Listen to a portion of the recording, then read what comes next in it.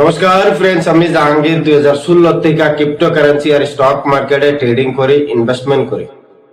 আজকের ভিডিওতে আলোচনা করাম যে আমাদের আশেপাশে যেগুলা মার্কেট আছে, বাজার আছে, সেইগুলোর মাঝে যদি দেখতেন যান তাহলে দেখবেন অনেক দোকানিরা ডেইলি 50 টাকা বা 100 টাকা 200 টাকা যার যতটুকু ক্ষমতা আছে, ক্যাপাসিটি আছে, সেই হিসাবে তারা এক জায়গায় বা দুই জায়গায় তিন জায়গায় বই রেখে লেছে, সেই বইয়ে ইনভেস্টমেন্ট করে, মানে জমা দেয়। তারা জমাটা কোন জায়গায় যায়?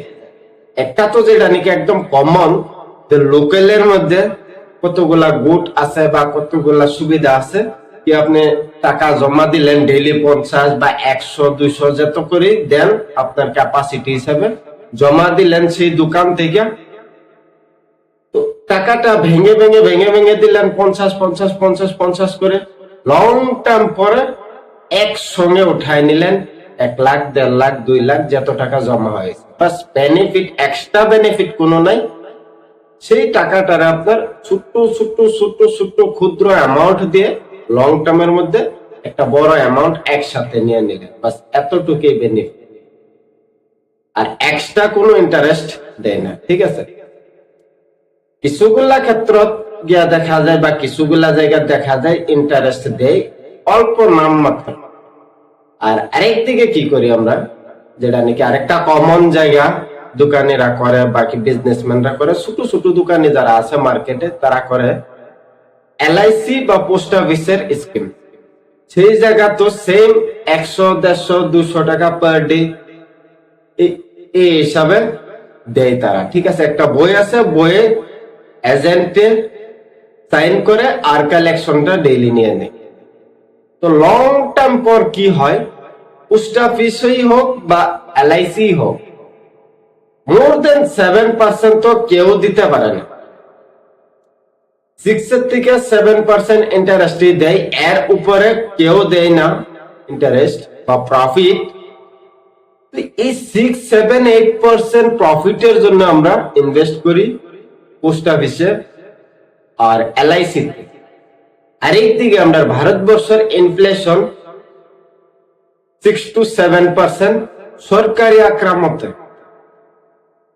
কিন্তু যদি আমরা মেডিকেল সেক্টরে গিয়ে দেখি, আজকে যে ইনজেকশনটা 100 টাকা নেওয়া যায়, সামনের বছরে 120 টাকা কমন। মেডিকেল সেক্টরও 15 থেকে 20% ইনফ্লেশন। ইনফ্লেশন কি না দেখলে আমার চ্যানেলে অলরেডি ভিডিও বানানো আছে, দেখে নেবেন। ইনফ্লেশন মানে এই বছরে ধরলেন 1 লাখ টাকা আছে, আপনি কিবা একটা কাম করলেন হলে বা কিবা একটা বস্তু কিনলেন, না কিনে পয়সাটা রেখে দিচ্ছেন, সামনে বছরে 1 লাখ টাকা দেয়, সেই বস্তুটা কিন্তু কাটবেন, তার সঙ্গে আরো কিবা একটা ভরতে লাগবে।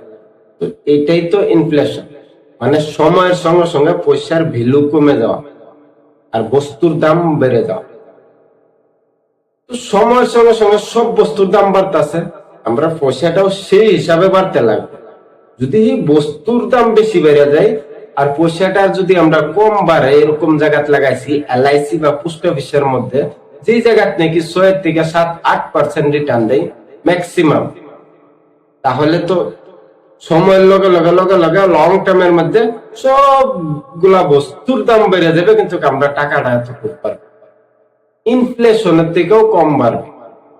সেই জায়গা আমার তো পছন্দ হয় না যে লং টার্মের জন্য এলআইসি বা পোস্ট অফিসের বা সরকারি আরো অনেক স্কিম আছে, সুকন্যা যোজনা আছে, তো এরকম আরো অনেক স্কিম আছে, এগুলা লং টার্মের মধ্যে 7 থেকে 8% ম্যাক্সিমাম রিটার্ন দেয়।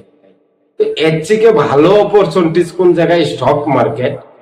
স্টক মার্কেটে এত সুন্দর নিয়ম নীতি আনছে সেবি আর গভর্নমেন্ট মিলে, তাকি ছোট্ট লেভেলের যারা মানুষ আছে, দোকানি হোক বা মহিলা হোক, তারা নাকি ডেইলি 10 টাকা 10 টাকা 10 টাকা সাইড করে মাসে 300 রুপিস হয়, আর এই সেই 300 রে যাতে যে কোনো মিউচুয়াল ফান্ডের দ্বারা ইনভেস্ট করতে পারে, সেই কারণে সেবি ম্যান্ডেটরি করে দিছে যে কোনো ফার্ম হাউসের যে কোনো মিউচুয়াল ফান্ড হোক, মাত্র 250 টাকা পার মান্থ এসআইপি স্টার্ট করতে পারে।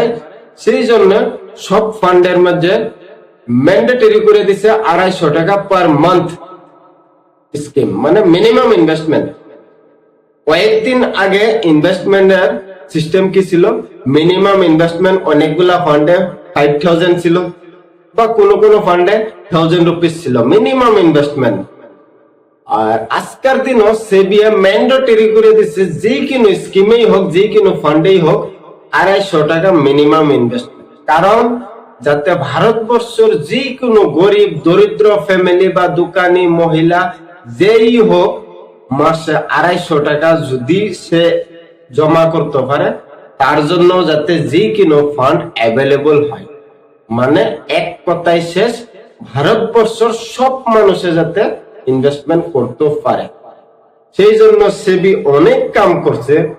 এক্সাম্পল হিসাবে দেখবার গেলে সেবি আর অনেকগুলা মিউচুয়াল ফান্ড হাউসে মিলে অনেক জায়গার মধ্যে অনেক মানুষকে আকর্ষণ করাইছে স্টক মার্কেটের দিকে, মিউচুয়াল ফান্ডের দিকে।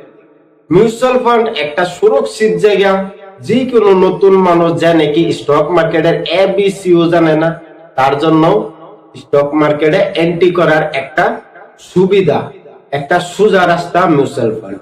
মিউচুয়াল ফান্ডে আমরা কি করি, যে কোনো একটা অ্যামাউন্ট মাসে প্রতি মাসে একজন ফান্ড ম্যানেজারকে আমরা দিয়ে দিই, হয়তো বা প্রতি মাসে 100 হোক বা 1000 হোক, যতটুকুই হোক সেই অ্যামাউন্টটা একজন ম্যানেজারকে দিয়ে দিই।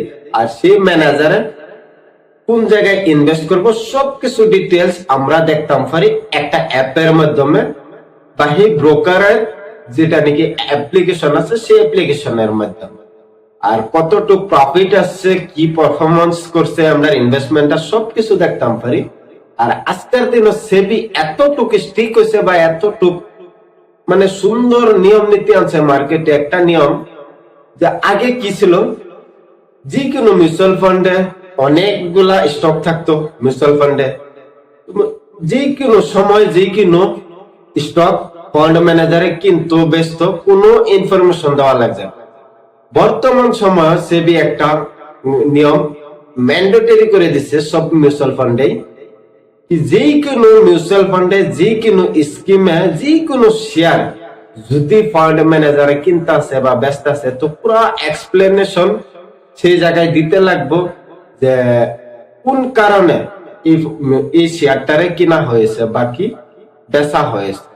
তো আমরা গিয়ে ওয়েবসাইটে গিয়ে দেখতামও পারি আজকের দিনে, হয়তো বা আপনি নাও দেখেন বা আমি নাও দেখি, কিন্তু হাজার হাজার মানুষ আছে যারা নাকি এগুলা দেখে, বাকি অনেক বড় বড় অ্যানালিসিস আছে তারা এগুলা দেখে। তো চিন্তার কোনো কারণ নাই। যারা নাকি একদম ফ্রেশ কিছুই জানেন না, তাহলে মিউচুয়াল ফান্ড একমাত্র একটা সোজা রাস্তা ইনভেস্টমেন্ট করার। আর মিউচুয়াল ফান্ডে ইনভেস্টমেন্ট করলে লং টার্মের মধ্যে দেখা যায় যে আমরা স্টক মার্কেট 15% এর আশেপাশে গ্রোথ দিছে। মিউচুয়াল ফান্ডে ইনভেস্টমেন্ট করলে 15% এর বেশি আশা করা যায় প্রফিট। আর আরেকদিকে পোস্ট অফিসে এলআইসি যতগুলা সরকারি স্কিম আছে ম্যাক্সিমাম 7 to 8% ম্যাক্সিমাম, এর উপরে কোনোদিন আশা করবেন না। যদি স্টক মার্কেটে এন্ট্রি করতেন চান বা অল্প অল্প অল্প অল্প টাকা ইনভেস্ট করতেন চান, তাহলে মিউচুয়াল ফান্ড একমাত্র একটা সোজা রাস্তা। আশা করি ভিডিওটা পছন্দ হয়েছে, অনেক কিছু শিখছেন। যদি ভবিষ্যতে এরকম আরো নিত্য নতুন বিষয়ে স্টক মার্কেটের জানতে চান, শিখতে চান, তাহলে আমার চ্যানেলটা সাবস্ক্রাইব করবেন। ধন্যবাদ।